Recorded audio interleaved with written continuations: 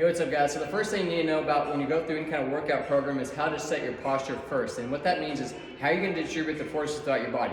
All of us have gravity compressing down on us. So from up top, we have our body weight pressing down into the ground and whatever weights we're holding, but also that same force pressing up from the ground on up. So in order to not hurt ourselves and get ourselves in a good position posture, I want to go through a few exercises with you that are just kind of simple, easy ones that you may be doing on a daily basis that you're not thinking about and how you're setting your own frame. So the first one let's do is going through squats, a proper sit to stand or even standing to sitting, you know, if you're going to mimic a squat or just going down to a chair. So the first thing is first, shoulder width apart. I always tell people is distribute your body weight backwards, so meaning pushing your hips posterior, backward, so that you have more force on your heels. So when I'm pushing my hips back, I can pull my toes up so that I know that I'm pushing more weight through my heels. Even though I'm flat foot, I'm pushing the pressure there. So if I'm going through a squat here, and I'm gonna use the bench here, then I'm gonna keep shoulders, chest up. As I'm sitting down, I'm pushing my hips back, going into the squat nice and easy, keeping shoulders, chest up. When I'm pushing to come back up, again, I try to push more to the heel. I'm still flat foot, so there's pressure throughout the whole foot,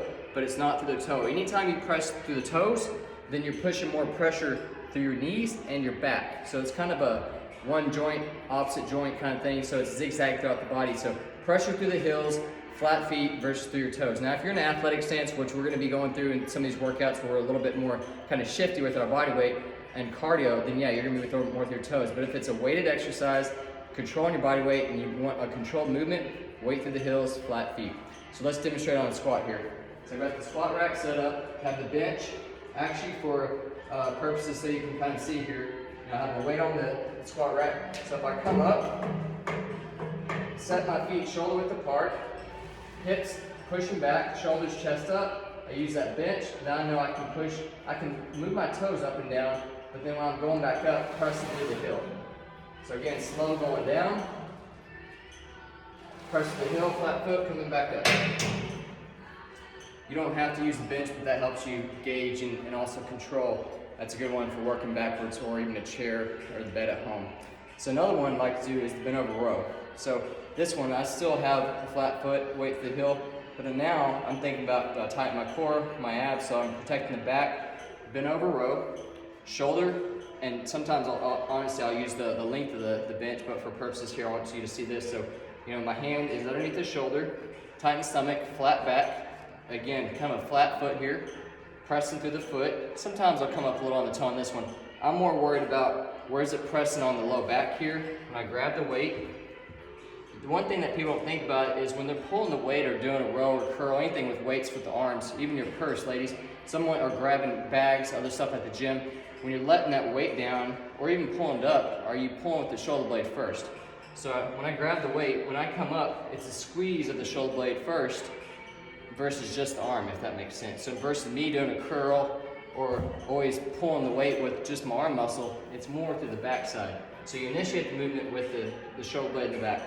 So those are two key parts. So when you're doing any kind of exercise, weight through the heel, or if you're doing an upper body exercise, shoulder blades first. So another good one here that I like to use, for example, is your posture whenever you're standing. So whenever you're doing a weighted exercise, again, weight more through the heels, flat feet, elbows bent, squeeze the shoulder blades up and back. Again, you want to set the posture first, then I can go through the motion. So whether I'm doing, you know, flashers, curls out, maybe I'm doing curls up, always set the posture first. Maybe you're doing forward raises, front, sideways. Before I go through the motion, in order to have a good position in the shoulders, I have the shoulder blades squeezed up and back. So weight through the heels, take a little, I call it the athletic stance, takes pressure off the back when you bend the hips and knees, shoulder blades up and back, then I can go through the motion. Because if I go through a motion when I'm bent over posture, that's a lot of strain to your back and your shoulders. So again, kind of recap that, distribute the pressure. If you're doing leg exercises through your heel, flat foot, versus on the toe for any weighted exercises, I like to do that when we're doing the lunges, the heel to toe, mimic your move. If you're doing upper body, the shoulders, squeeze the shoulder blades up and back before the motion.